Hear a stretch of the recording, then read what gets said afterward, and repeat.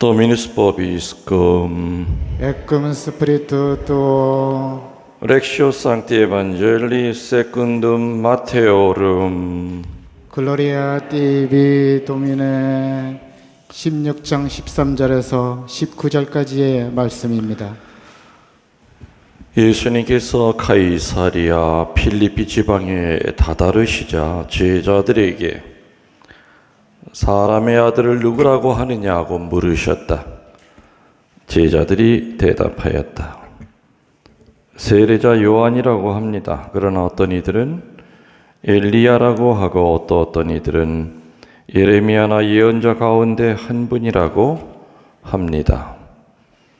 예수님께서 그러면 너희는 나를 누구라고 하느냐 하고 물으시자 시몬 베드로가 스승님은 살아계신 하느님의 아드님 그리스도이십니다 하고 대답하였다. 그러자 예수님께서 그에게 이르셨다. 시몬 바르요나야, 너는 행복하다. 살과 피가 아니라 하늘에 계신 내 아버지께서 그것을 너에게 알려주셨기 때문이다.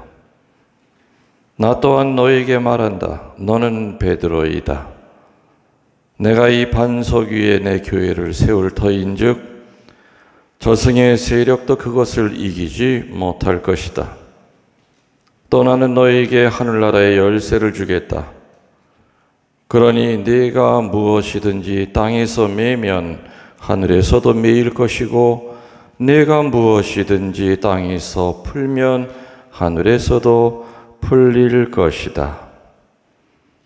베르붐 도미니. 라우스 tibi 크리스테. 모두 참 예수님, 주님의 이름으로 평화를 빕니다. 베드로와 바오로 축일 맞으신 분들께 축하 인사드리고요. 왜 우리 교회가 두 성인이 전부 다 하나같이 큰 성인인데 이왕이면 따로따로 이렇게 축일을 만들지 왜 베드로와 바오로의 축일을 한날에 만들었을까? 거기에 대해서 좀 이렇게 이상하다 생각은 안 해보셨습니까? 베드로와 바오로 사도 축일이 한날로 정해진 이유가 분명히 있을 겁니다. 왜냐하면 두 사도는 우리 초대 교회의 한 분은 반석이요, 한 분은 기둥이었기 때문이죠. 반석만 잘 세운다고 집이 만들어지는 것이 아니고 또 반석이 없이 기초가 없이 기둥만 세운다고 집이 유지가 되는 것이 아니기 때문에 그렇습니다. 우선 우리 신자들은, 한국 신자들은 베드로, 바오로 축일을 지내면은 제일 먼저 여러분들이 떠올라야 될 분이 김대건 신부님과 최영업 신부님이죠. 베드로 사도가 교회의 기초를 놓고 바오로 사도가 그 신앙의 빛을 밝혀줬듯이 최영업 신부님이 기초를 놓고, 김대건 신부님이 기초를 놓고 최영업 신부님이 기둥을 세웠죠. 그래서 그 책도 그런 책이 있죠. 너는 기둥 세우고 나는 기초 놓고 라는 최영업 신부님과 김대건 신부님의 이야기가 담긴 책이 또 그런 책이 있습니다. 그래서 두 사도가 서로 높고 낮음도 없이 한 분은 주춧돌이요, 한 분은 기둥으로서 우리 교회를 떠받치고 있기 때문에 두 분을 무자르듯이 딱 잘라낼 수가 없다는 겁니다. 그래서 이 두 분 때문에 우리 교회의 기초가 이루어지고 있다. 마치 한국 교회가 김대건 신부님과 최영업 신부님 그 두 분의 삶을 통해서 우리들이 모범을 받고 있듯이 그렇죠. 먼저 두 분을 같이 묶어서 이렇게 두리뭉실하게 설명할 수도 있겠지만서도 그러나 좀 따로따로 잠깐이라도 좀 우리가 묵상을 하도록 합시다. 먼저 베드로 사도에 대해서 예수님의 제자 중에서 예수님께 질문을 가장 많이 한 분이 누구냐 그러면은 베드로 사도입니다. 질문을 가장 많이 드렸어요. 마태복음 17장 4절에서 타볼산에서 예수님이 아름답게 변화되실 때 그 모습을 보고 베드로가 뭐라 그랬냐면 주님 저희가 여기에서 지내면 얼마나 좋겠습니까? 괜찮으시다면 제가 여기서 초막 셋을 지어 하나는 주님께 하나는 모세에게 하나는 엘리야에게 드리겠습니다. 이때부터 베드로 사도는 끊임없이 예수님께 질문을 던집니다. 베드로 사도의 성격은 궁금하면 참지를 못하는 급한 성격입니다. 또 언제 질문했느냐? 마태복음 18장 21절에 저 형제가 나에게 잘못을 저지르면 몇 번 용서해야 됩니까? 라고 물었죠. 거기에 대해서 예수님은 뭐라고 대답하셨어요? 몇 번에 몇 번? 70번에 7번? 근데 여러분들 옛날 공동복음에는요 7번에 70번으로 나와요. 지금 그게 바뀌었어. 그래서 내가 원본을 이렇게 한번 찾아봤더니 아주 원본이라고 하는 것도 사실은 없죠. 우리는 이제 사본을 이렇게 번역을 해서 넣는 거지만 어떤 데는 7번에 70번이라고 나와 있는 것도 있고 제루살렘 비볼리꾼 같은 데는 또 거기는 7번에 70번으로 나와 있고 또 요즘 최근 나온 원본 해석서에는 70번에 또 7번이라고도 나와 있어요. 이거는 성서학자가 해결해야 될 일들 같습니다. 아무튼 그때 7번에 70번입니다. 70번이다 라는 그 위대한 말, 다시 말하면 무한히 용서하여라.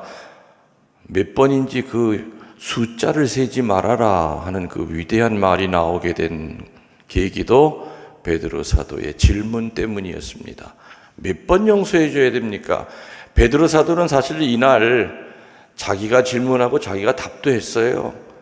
몇 번 용서해 주면 좋겠습니까? 하고서는 질문하고 예수님의 답이 나오기 전에 지가 먼저 몇 번 하면 되겠지요? 라고 그랬을까요? 7번만 용서하면 되겠지요. 이렇게 성질이 급해. 그리고 7번 얘기하면은 칭찬받을 줄 알았죠. 왜냐하면 그때는 3이라고 하는 숫자가 가장 신비스러운 숫자였어요. 3을 2번을 더하고 거기에다가도 하나까지 더했기 때문에 7번 정도 용서하면은 하느님도 이 정도는 용서 못해라는 자신감을 갖고 예수님에게 7번이면 되겠지요. 그러면 야, 너 그렇게나 많이 생각하고 있어? 야, 너 베드로 대단하다. 이런 칭찬을 받을 줄 알았더니 뭐라 그래요? 어린 반푼어치도 없다. 7번 가지고는 70번에 7번 용서해라. 그러면 490번까지 용서하고 491번부터는 용서하지 말라는 것이냐? 아니었죠. 무한히 용서해라. 용서에는 한계가 없다라는 그런 뜻으로 얘기하신 겁니다. 또 어디에 질문이 있었을까요? 보시다시피 저희는 모든 것을 버리고 떠났습니다. 그래서 저희는 무엇을 받게 되겠습니까? 라는 질문도 했어요. 그때 또 예수님의 입에서 나온 그 유명한 말, 첫째였다가 꼴찌가 되고 꼴찌였다가 첫째가 되는 사람이 많을 것이다. 이 베드로의 질문 때문에 예수님의 입에서 참 유명한 명언이 많이 나왔던 겁니다. 아무튼 성경에서 12 제자 가운데 질문을 가장 많이 던지고 또 그 질문으로 인하여 예수님의 입에서 기가 막힌 하느님의 말씀을 이끌어낸 으뜸 제자가 베드로라는 겁니다. 또 두 번째 베드로 사도를 우리가 생각할 때 예수님의 제자 중에서 예수님께 혼이 제일 많이 난 사람이 누굽니까? 네? 베드로죠. 예, 베드로예요. 순환에 대한 첫 예고 후에 베드로가 예수님을 붙든 다음에 주님 안 됩니다. 결코 그런 일이 있어서는 안 됩니다. 이렇게 하니까는 예수님의 입에서 베드로에게 뭐라 그래요? 사탄아 물러가라. 너는 나에게 걸림돌이다. 세상에 얼마나 장애물처럼 여겼으면 너는 나에게 걸림돌이다. 가브리엘은 이 김신부한테 걸림돌이다. 이렇게 얘기하면 성질 나지? 안 나? 남편을 쳐다보던 이 인간아, 이 왼수야, 너는 나한테 내 인생의 걸림돌이야 라고 말하고 싶은데 말 못하면서 사는 사람들 많이 있을 거예요. 예수님이 얼마나 속이 상했으면 이놈아라고 이놈아도 아니야. 유대인들 가운데 저주 가운데 제일 큰 저주가 사람 보러 사탄이라고 그러는 거예요. 베드로 사도는 예수님한테 사탄 소리 들었어요. 그리고 베드로 사도는 예수님한테 너는 내 장애물이라고 그랬어요. 그렇게 위대한 사도가 하물며 우리들이 살아가면서 하나님한테 죄 지을 때마다 하나님한테 혼날 때도 있겠죠. 그럴 때마다 뭐가 서운해? 이렇게 위대한 큰 사도도 사탄 소리까지 예수님한테 들었는데, 분명히 우리들이 악으로 기울어져서 악의 한가운데 빠져서 자기도 모르게 마귀로 변해 있을 때 우리는 예수님의 이 혼내킴 소리를 들어야 되는데, 문제는 본인이 마귀로 변해 있을 때는 그 소리가 안 들려요. 그때는 이미 양심도 다 굳어져 있고 사방팔방이 다 어둠으로 꽉 차 있다 보니까 아무리 하늘에서 마리아야 이 사탄아 하면서 아무리 너가 지금 제정신이냐, 너는 내 앞길을 가로막고 있구나 하고 아무리 천사의 소리가 외쳐도 이미 한가운데서 모든 걸 다 마귀한테 뺏겨버리고 난 다음에는 소리가 안 들려요. 그래서 오늘 조금 전에 얘기한 사탄아 물러가라 이 얘기는 정말 마귀, 베드로 사도가 마귀가 됐기 때문에 하는 소리가 아니라 너 절대로 사탄의 단계까지 가면 안 된다. 그 전에 정신 차리거라 하는 그 얘기였죠. 아무튼 혼이 나도 모질게 났어요. 또 베드로 사도가 혼낸 거는 뭐 이거 말고도 굉장히 많아요. 또 세 번째로 베드로 사도 생각하면 예수님의 제자 가운데 뻥이 제일 센 사람이 누구냐? 누굴 것 같아요?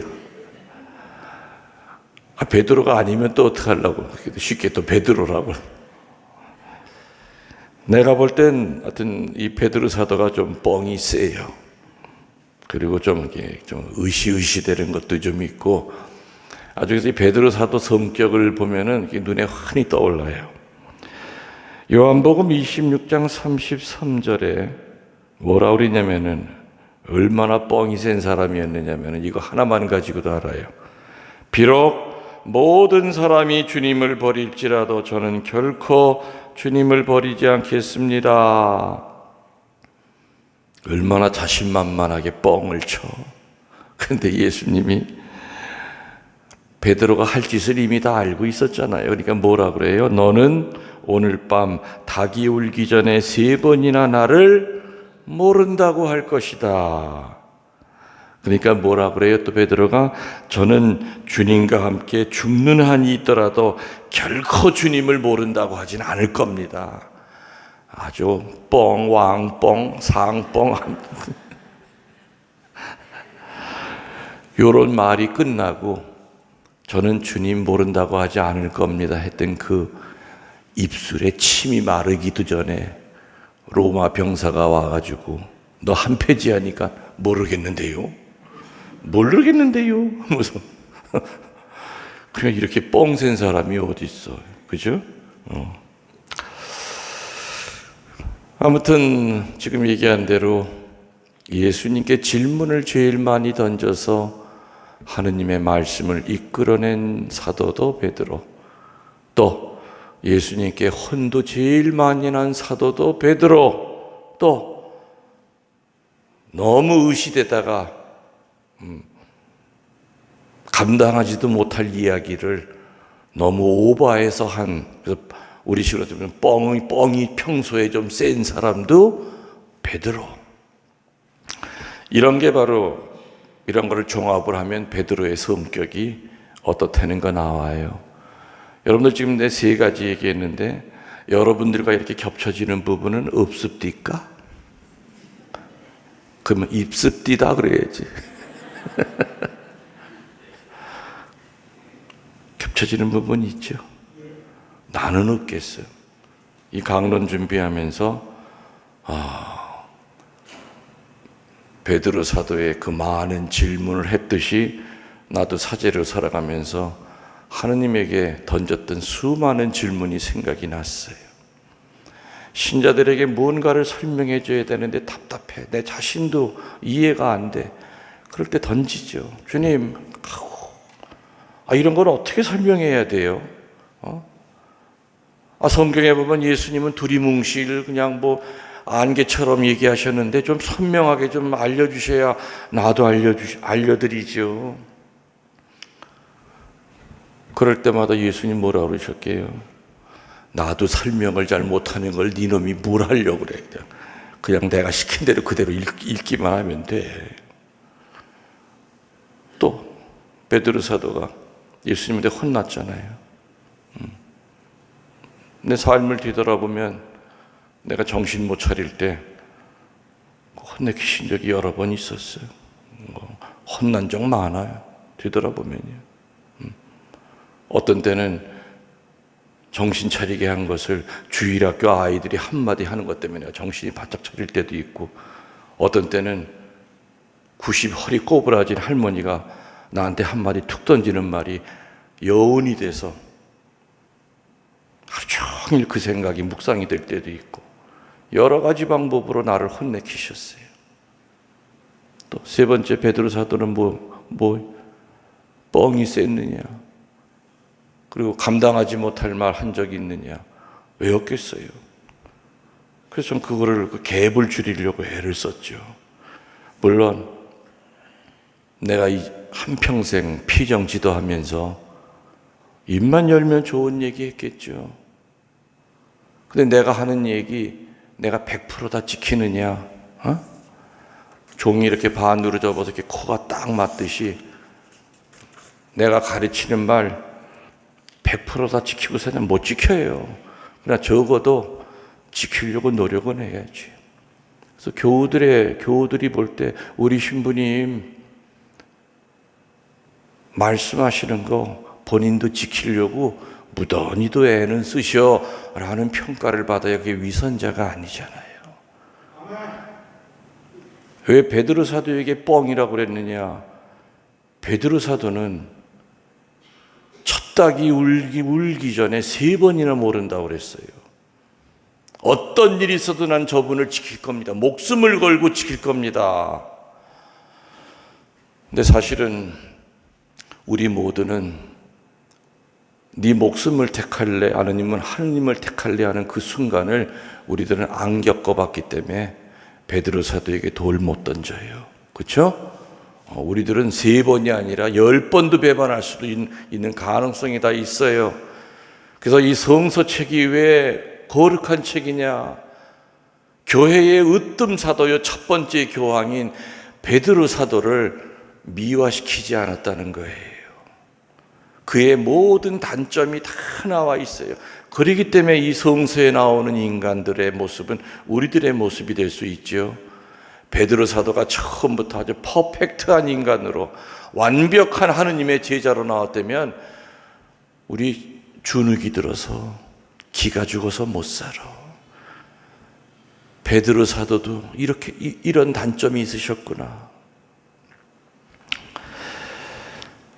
베드로는 여러 번 예수님 앞에서 그 자신의 신앙과 자기의 의지를 고백하고 변치 않겠다고 장담했지만 예수님이 가장 어려울 때 예수님을 부인하는 치명적인 배반을 하고 말았던 거죠. 다시 말하면 전과자였어요. 전과자. 그래서 예수님이 부활하신 다음에 네가 나를 정말 사랑하느냐 하면서 3번의 배반을 3번의 긍정으로 바꿔주심으로써 그 죄의식으로부터 수치심으로부터 벗어나게 한 건 여러분들이 아시죠? 아실 거예요. 그러면 이 베드로 사도의 가장 큰 장점은 뭐냐? 베드로 사도는 뒤끝이 길질 않아요. 무수히 그 성격 탓에 잘못도 많이 하고 걸려 넘어지기도 했지만은 베드로 사도는 즉시 회개합니다. 그만큼 마음 바탕이 순수하고 단순한 성격의 소유자였다는 거죠. 머리를 굴리는 그런 성격이 아니에요. 급한 대로 물어보고 싶으면 물어봐야 되고 답답해 죽겠으면은 다른 제자들은 이걸 이 얘기를 해야 되나 말아야 되나 하지만 베드로 사도는 정직하게 혼날 때 혼나더라도 일단 얘기한 겁니다. 물론 그러다 보니까 실수를 많이 저지르게 되겠죠. 그래서 오늘 이 베드로 바오로 축일날 베드로 사도의 삶이 우리에게 알려주는 건 2가지예요. 첫 번째, 그리스도인들은 2가지의 성품을 동시에 가지고 있다는 겁니다. 첫 번째 성품은 바로 아담의 성품, 죄로 떨어지려고 하는 성품을 우리들은 베드로에게서 봅니다. 그리고 2번째 성품은 회개의 성품, 회복의 성품, 영적인 성품을 또한 동시에 가지고 있다는 겁니다. 베드로 사도는 그 2가지의 성품이 그의 삶 가운데 다 나옵니다. 죄로 자꾸 기울어지는 아담의 성품도 있고 자꾸 실수하는 성품도 있고 그리고 또 거듭 날려고 애를 쓰는 영적인 성품인 회개의 성품도 베드로 사도는 회개할 때 핑계대지 않았습니다. 무조건 잘못했다고 그랬어요. 무조건 잘못한 거죠. 용서해 줄 때도 조건을 걸지 말아야 되지만 용서를 받을 때도 조건을 달면 안 됩니다. 제가 사실은 어쩌고저쩌고 했는데 하면서 그건 조건이에요. 그 말을 앞에서 듣는 용서해 줄 자는 이 인간이 진정으로 용서를 원하고 있구나 하는 마음을 안 갖습니다. 자꾸 거기에 살을 붙여서 얘기하면 그냥 간단하게 내가 죽을 죄 졌습니다. 용서해 주세요. 저 할 말 없습니다. 앞으로는 죽을 힘을 다해서 이 같은 죄에 떨어지지 않으려고 애를 쓰렵니다. 베드로 사도는 단순했기 때문에 거듭나는데 달인이었어요. 2번째 베드로 사도를 통해서 알 수 있는 우리가 배울 거는 죄의 신비예요. 베드로 사도는 죄를 짓고 난 다음에 죄를 짓기 전보다 더욱 주님과 가까워졌다는 겁니다. 무엇 때문에? 용서의 매듭을 지었기 때문에, 화해의 매듭을 지었기 때문에. 우리가 죄를 지면 하느님과 나 사이에 맺어졌던 끈이 끊어집니다. 그리고 용서를 하고 용서를 청하고 화해를 청하면은 끊어졌던 그 끈이 매듭으로 이어지죠. 그러면 그 매듭의 길이만큼 줄이 짧아져요. 그러면은 하느님과 나 사이가 그전보다는 죄 짓고 난 후에가 가까워진다는 겁니다. 이게 바로 베드로 사도의 신비예요. 우리가 죄를 짓고 난 다음에 마귀는 어떻게 해서든지 죄를 짓게 하는 이유가 뭡니까? 하느님과 멀어지게 하는 거예요. 그래서 절대적으로 회개와 화해가 필요하다는 거죠. 회개를 통해서 용서를 받고 하느님과 화해하면은 끌어져서 너덜너덜너덜대는 하느님 쪽의 끈, 내 쪽의 끈이 성령께서 양쪽 끈을 딱 잡아다가 매듭을 줘. 세게, 절대 안 끊어지게. 마치 갈비뼈 한번 부러진 데는 다시 붙으면 절대 안 부러지죠. 똑같은 이치처럼. 그러면 매듭의 그 길이만큼, 잡아 끈 길이만큼 이 죄인은 하느님 앞으로 더 가까워져 있어요. 이게 바로 죄의 신비, 용서의 신비예요. 베드로 사도한테 우리는 이거를 참 많이 배웁니다. 참 신비롭다. 저 사람 저렇게 욕 많이 얻어먹고 사탄 소리까지 들었는데 사탄 소리 듣고 난 다음에가 듣기 전보다 훨씬 더 예수님과 가까워져 있고, 예수님은 오히려 이 인간 죄 짓기 전보다 훨씬 더 이뻐하시는 것 같고, 오늘 뭐라 그래요? 반석이라고 그러지 않습니까? 복음에 너는 반석이다. 세상에 이 얼마나 큰 영광이야. 반석이 뭐라고요? 주춧돌이에요. 아까 얘기했죠? 베드로 사도는 주춧돌이고 바오로 사도는 기둥이라고 그랬어요. 김대건 신부님은 우리 한국교회의 주춧돌이고 최영업 신부님은 기둥이라고 그랬어요. 11년 6개월 동안 하느님에 대하여 얘기했잖아요.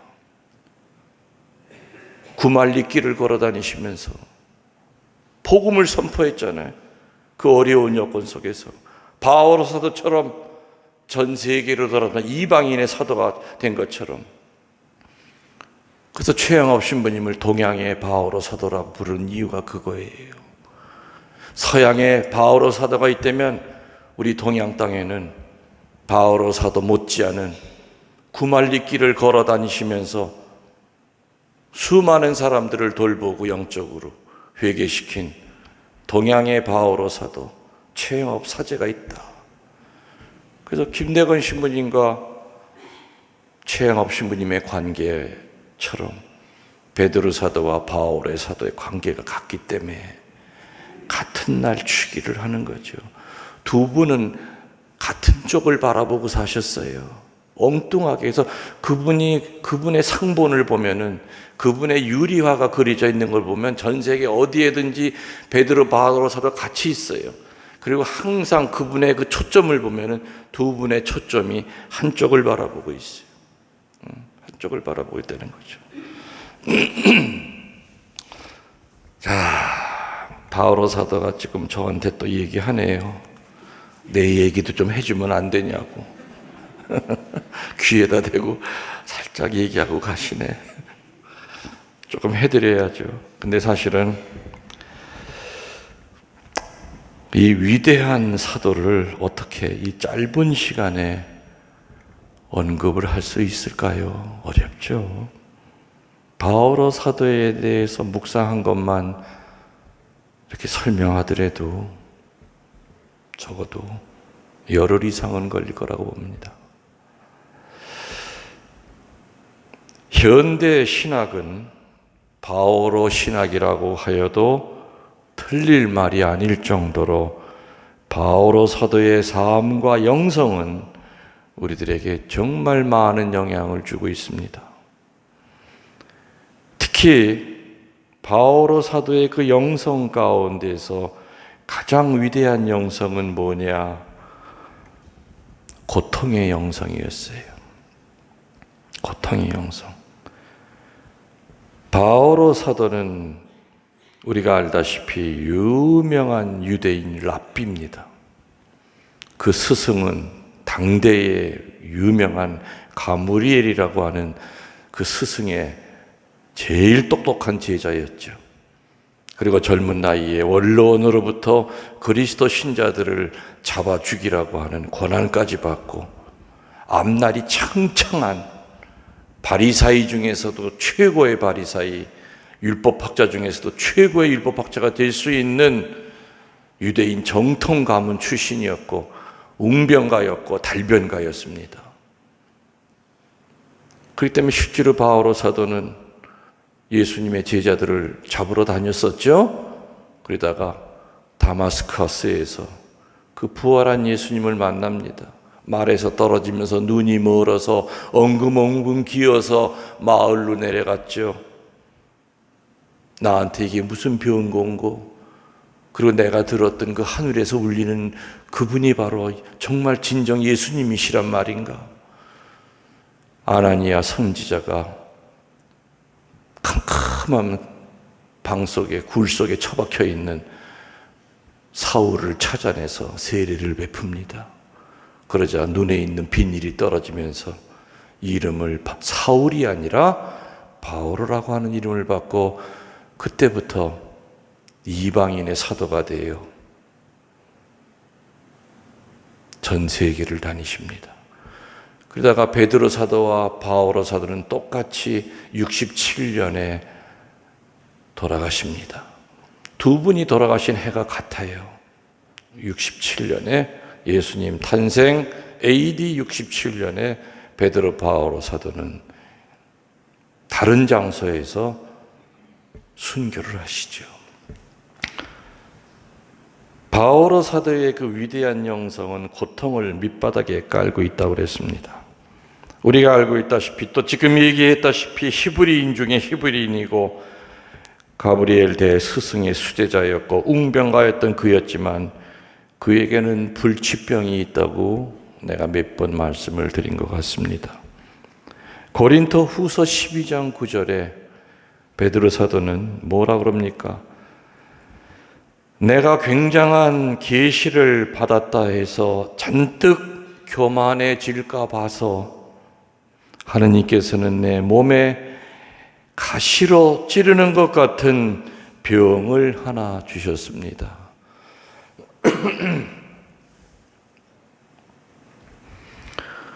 의사들은 또 성서학자들은 조심스럽게 이 병을 간질병이라고 판단을 합니다. 아마도 바오로 사도가 이야기한 이 불치병은 간질병이었을 것이다. 바오로 사도는 간질병 환자였던 겁니다. 그 웅변을 하듯이 하느님 말씀을 전하다가 간질병은 몸이 피곤하면 발작이 일어납니다. 발작이 일어나가지고 거품을 물고 혀를 깨물고 진흙탕을 막 뒹굴면서 막 무섭죠. 옆에 있는 사람 보기만 해도. 바오로 사도가 깨어났을 때 온몸에 흙이 묻어있는 자기 몸뚱아리, 그냥 거품을 물고 있는 자기의 모습, 눈은 뻘개져 있는 자기의 그 몰골을 볼 때마다 얼마나 죽고 싶었을까요? 얼마나 창피했을까요? 그래서 바오로 사도는 고린도서 12장 9절에 뭐라고 그럽니까? 나는 이 고통이 떠나게 해 주시기를 주님께 3번이나 간절히 청했습니다. 한 번도 아니고. 유대인들의 그 문화는 뭐든지 3번까지예요. 용서도 3번까지고 청하는 것도 3번까지예요. 적어도 하느님은 3번 정도 청하면 반드시 들어주신다고 하는 것이 유대인들이 갖고 있던 하느님의 그 자비의 모습이에요. 그래서 바오로 사도는 3번이나 간절히 청했다고 얘기했습니다. 그렇게 간절히 청했건만 바오로 사도의 그 병이 낫느냐? 낫질 않았습니다. 그러면서 병을 낫게 해주시는 대신에 말씀을 주시죠. 뭐라고 그럽니까? 야훼 하느님께서 너는 이미 내 은총을 충분히 받았다. 내 권능은 약한 자 안에서 완전히 드러난다 라고 번번이 말씀하셨습니다 라고 바오로 사도가 얘기해요. 제 병 좀 낫게 해주십시오 그럴 때마다 예수님은 뭐라고 그랬다고요? 내 권능은 건강한 자가 아니라, 힘 있는 자가 아니라, 가진 자가 아니라, 머리 좋은 자가 아니라 약한 자 안에서 나의 권능은 드러날 것이다 라고 번번이 바오로 사도에게 얘기합니다. 처음에는 그 말이 서운했겠죠. 바오로 사도도 아이고 무슨 씨도 안 맥히는 말 하지 마시고, 아니 주님 살아계실 때 얼마나 많은 환자 치유시키셨어요. 이 간질병 이건 병도 아니잖아요. 주님이 보실 때 그렇게 어려운 얘기 하지 마시고 간질만 안 일어나게 고쳐주세요. 왜 그 말 안 했겠습니까? 바오로 사도가. 근데 그럴 때마다 똑같이 돌아오는 말은 내 권능은 약한 자 안에서, 병든 자 안에서 드러난다.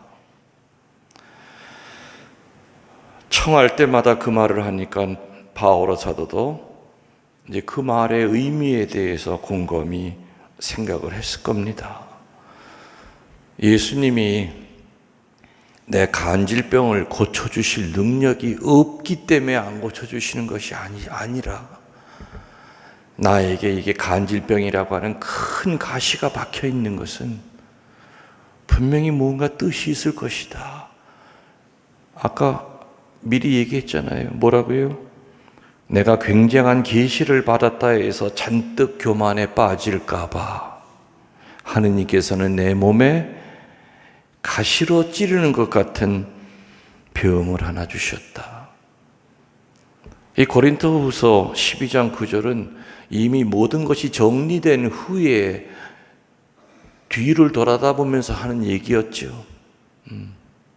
이미 답은 벌써 나와 있었어요. 왜 바오로 사도의 간질병을 안 고쳐주시는가 하는 것, 거기에 대한 답은 나와 있었어요. 하느님에게 받은 게 많은 사람은 그것으로 사탄의 하수인이 될까봐, 잔뜩 교만에 빠질까봐 때로는 네가 받은 것이 너에게서 나온 것이 아니라 내가 준 것이요, 내가 준 이유는 너를 위해만 쓰라고 준 것이 아니라는 것을 깨닫게 하기 위하여 교만에 빠져 있는 인간에게 가시를 쿡쿡 하나씩 심어줄 때가 있습니다. 그러면서 이제 정신을 차리게 되는 거겠죠. 그래서 예수님의 그 번번이 하신 약한 자 안에서 내 권능이 드러난다는 말을 깨닫고 난 다음에 바오로 사도는 그 위대한 말을 고백합니다. 고린도후서 12장 10절에 그래서 나는 그리스도의 권능이 내게 머무르게 하려고 더없이 기쁜 마음으로 나의 약점을 자랑하려 합니다. 내가 간질병 환자라고 하는 거 누가 알까봐 쉬쉬했는데 예수님이 그 말씀을 주시고 난 다음부터는 그게 수치가 아니었어요. 간질병이. 유대인들은 병의 원인을 뭐라고 생각했다고 그랬죠? 죄를 많이 지으면 병이 걸려. 그 인간은 죄를 진 게 없어도 조상들이 죄를 많이 지으면 아주 그 후손들이 끔찍한 병에 걸려. 그게 유대인들이 갖고 있던 죄에 대한 의식이에요. 간질병을 내가 갖고 있다고 그러면 분명히 내가 뭔가 잘못했거나 우리 조상이 잘못했다. 이게 바로 유대인들의 사고방식이었죠. 그렇기 때문에 창피해서 3번이나 고쳐달라고 했던 거였습니다. 그런데 예수님은 전혀 다른 식으로 그건 네 조상의 죄도 아니고 너의 잘못도 아니고 내가 필요해서 가시 심어준 거야. 내가 박아놓은 거니까 뺄 생각하지 마라. 뺄 때도 내가 정해. 왜 네가 빼려고 그래 그 가시를. 내가 알아서 빼줄 거예요. 자꾸 보채지 마. 너 그거 빠지면, 너 그 가시 뺀다면 너랑 나랑 인연은 끊어지는 것이란다. 우리는 살아온 거 뒤돌아보면 고통이라고 하는 그 가시 때문에 하느님과 인연이 맺어질 때가 참 많았던 걸 깨닫습니다. 아무것도 없이, 아무 고통도 없이 하루하루가 여유작작한 그날을 보냈을 때는 우리는 하느님 안 찾습니다. 그래서 고통은 축복이죠. 바오로 사도는 이어서 이렇게 얘기합니다. 나는 그리스도를 위해서 약해지는 것을 만족하게 여기며 모욕과 빈곤과 박해와 곤궁을 달게 받겠습니다. 그래서 아까 얘기했죠. 바오로 신학은 밑바탕에 고통을 깔고 있다고 그랬습니다. 그래서 바오로의 신앙은 고통 위에서 꽃을 피운 겁니다. 바오로를 위대하게 만든 것은 좋은 가문, 해박한 지식이 아니라 주님이 허락하신 십자가를 또 그 가시를 움켜쥐고 산 결과로 바오로 사도는 위대한 사도가 된 겁니다. 우리 모두는 가시가 한두 개씩 다 박혀 있습니다. 그거 빼버리려 하지 말기 바랍니다. 그거 빼버리려고 한다면 좀 전에 얘기했던 것처럼 하느님과의 인연을 끊겠다고 하는 의지의 표현입니다. 베드로나 바오로나 더 나아가서 김대건 신부님이나 최영업 신부님이나 한국의 수많은 순교자들이나 다 같이 약한 인간이었지만 성령 안에 거듭나서 놀라운 일을 하신 분들입니다. 아멘. 우리들도 미약하지만 나를 지켜주시고 성화시키시는 성령께 도움을 청할 때 미약하고 이 작은 나를 통해서 하느님의 역사가 이루어질 거라고 하는 거 믿도록 합시다. 아멘.